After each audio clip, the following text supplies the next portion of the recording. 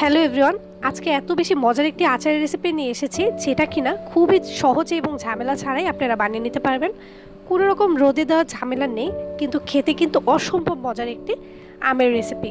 যারা খোসা ছাড়া আমের আচার বানাতে চান আর রোদে দেওয়ার ঝামেলা যেতে চান না, তারা কিন্তু এই রেসিপিটি খুব সহজে বানিয়ে নিতে পারেন।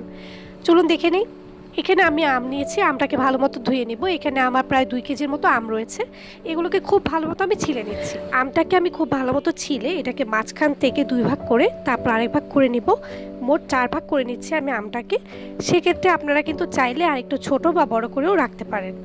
এই রেসিপিটা এত বেশি সহজ, এখানে কোনো রকম কোনো রোদে দেওয়ার ঝামেলা নেই আর কোনো রকম কোনো নষ্ট হওয়ারও চান্সেস নেই, তাই খুব ঝটপটে বানানো যায়। আমগুলো আমি ভালো মতো কেটে এরকম একটু ফ্যানের নিচে রেখে দিয়েছি 2-3 ঘন্টার জন্য। আর এখানে আমি 5 ফোড়নটা একটু টেলে নিচ্ছি। এবার একটি প্যানে দিয়ে দিব প্রায় 1.5 কাপ তেল। আমি হাফ কাপ দিয়ে আর একটু বেশি তেল দিয়েছিলাম। এরপর এখানে দিয়ে দেবো 1/3 কাপ সরিষা বাটা। সরিষাটা কিন্তু বাটা অবশ্যই দিতে হবে। তারপর দিয়ে দিলাম 2-3 টেবিল চামচের মতো 5 ফোড়ন বাটা। 5 ফোড়ন গুঁড়োটা আমি শেষে দিব, তবে বাটাটাও কিন্তু অবশ্যই দিতে হবে, এতে করে ফ্লেভারটা অনেক বেশি ভালো আসে। এই মশলাটাকে আমি খুব ভালো মতো কষিয়ে নিচ্ছি। এরপর যে আমি দিয়ে দেবো 1 চা চামচের মতো গুঁড়া মরিচ। আপনারা যদি ঝাল খেতে চান এক্ষেত্রে কিন্তু আরেকটু বাড়িয়ে দিতে পারেন। আমি এই আচারটাকে একটু টক মিষ্টি ঝাল ফ্লেভারটা রাখার জন্য তাই একটু কম করেই দিয়েছিলাম। এবারে এ পর্যায়ে আমি দিয়ে দিলাম লবণ। এখানে আমি 3 চা চামচের মতো লবণ দিয়েছি, আপনারা টেস্ট অনুযায়ী লবণটা বাড়িয়ে কমিয়ে দিবেন। এরপর এখানে আমি চিনি দিয়ে দিব প্রায় 2 কাপের মতো। যেহেতু আমার আমটা একটু বেশি টক ছিল তাই আমি পরে কিন্তু আবার একটু চিনি অ্যাড করেছিলাম। আপনারা যদি মিষ্টিটা একটু বেশি খেতে চান তবে এখানে আরও 1 কাপ অ্যাড করে দিতে পারেন। আমি এরপর ভালো মতো এটাকে মিক্স করে নিচ্ছি।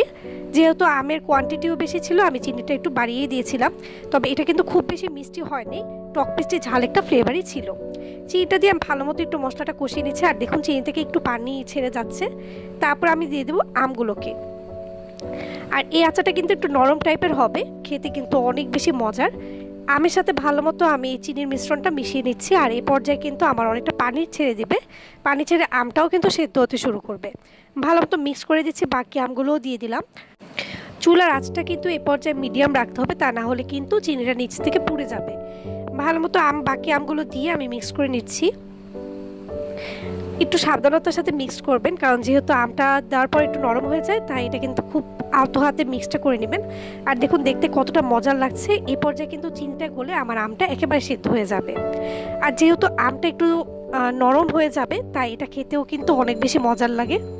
এরপর কিছুক্ষণ রান্না করার পরে কিন্তু ঠিক এরকম হয়ে আসবে, একেবারে নরম হয়ে চিনির পানিটাও শুকিয়ে যাবে আর দেখতে কিন্তু ঠিক এরকম হবে। আমি এই পর্যায়ে 2 চা চামচের মতো 5 ফোড়ন গুঁড়ো দিয়ে দিয়েছিলাম। এই দেখুন আমার আমের আচারটা কিন্তু প্রায় হয়ে গিয়েছে আর দেখতে কতটা মজার লাগছে। এই আচারটা এত বেশি মজার, আপনারা একবার বানালেই বুঝতে পারবেন। খিচুড়ি বা যে কোনো কিছুর সাথে আপনারা সার্ভ করতে পারেন, খালিও খেতে পারেন। আর যেহেতু ঝামেলা ছাড়া, একেবারে রোদে দেওয়ার কোনো ঝামেলা নেই, এটি কিন্তু খুব সহজেই বানিয়ে নিতে পারেন। কেমন লাগলো আমার আজকের রেসিপিটি অবশ্যই জানাবেন। বাসায় অবশ্যই ট্রাই করে দেখবেন, খুবই মজার একটি আচার। আর আমাকে জানাবেন কেমন হয়েছে। অসংখ্য ধন্যবাদ সবাইকে।